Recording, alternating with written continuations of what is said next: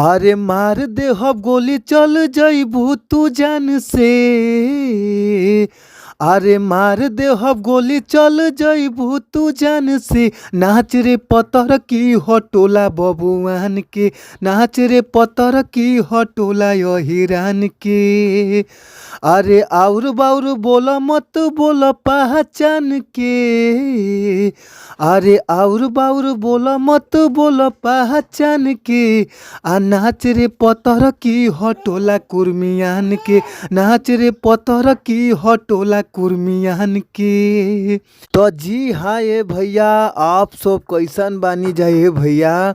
और हमरा पूर्ण विश्वास रहेला, मन में उल्लास रहेला कि आप लोग मस्त हो खबजा, खुश हो खबजा, स्वस्थ हो खबजा, तंदुरुस्त हो खबजा।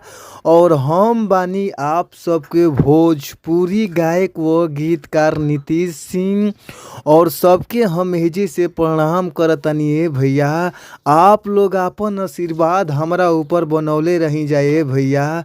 काहे से कि रउए सबके आशीर्वाद हमारा ऊपर चाहिए भैया। और आप लोग के बीच में बहुत ही ज़बरदस्त, बहुत ही लाजवाब, बहुत ही सुंदर हम जातिवाद रंगदारी सॉन्ग, ऑर्केस्ट्रा सॉन्ग लेके आ गइल बानी ए भैया।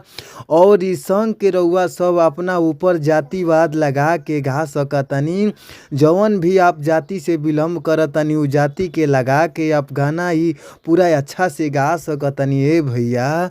तो भैया हो, अगर इस सॉन्ग के रउआ सब अच्छा से म्यूजिक बनवा के, अच्छा से स्टूडियो में गायकी क के रउआ सब रिकॉर्डिंग करवा देतनी जा, अच्छा से मिक्सिंग करवा देतनी जा ए भैया।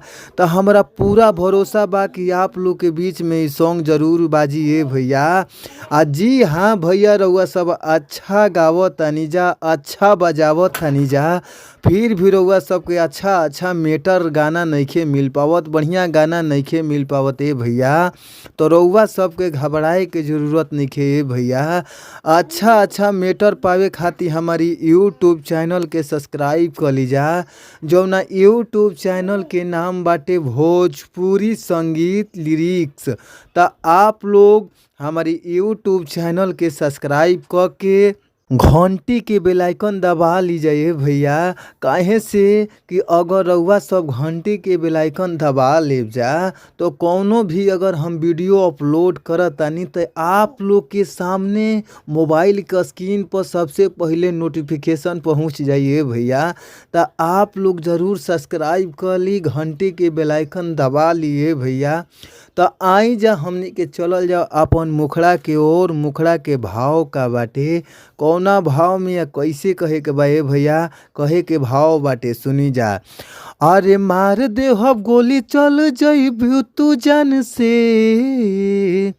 अरे मार देहब गोली चल जइबू तू जान से। नाच रे पतर की हटोला हिरान के। नाच रे पतर की हटोला हिरान के। अरे आउर बाउर बोला मत बोला पहचान के। अरे आउर बाउर बोला मत बोला पहचान के। आ नाच रे पतर की हटोला बबुआन के। नाच रे पतर की हटोला कुर्मियान के। तो भैया हो, अगर इस सॉन्ग रउआ सबके अच्छा लगता, मस्त लगता, तो फुल सॉन्ग लेवे खातिर हमारी स्क्रीन पर नंबर बाटे। नंबर हमार नोट भी कर लीजा। नंबर बाटे 98 350 77 203।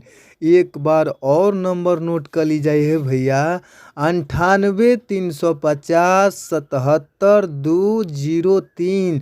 तो आप लोग ई नंबर पर कॉल करी जा।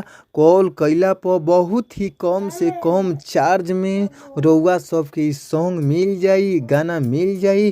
तो आप लोग ज़रूर कॉल करी जा। फिर मिलल जाई नेक्स्ट वीडियो यानी अगला वीडियो में। तब तक खातिर thank you, by so much, धन्यवाद।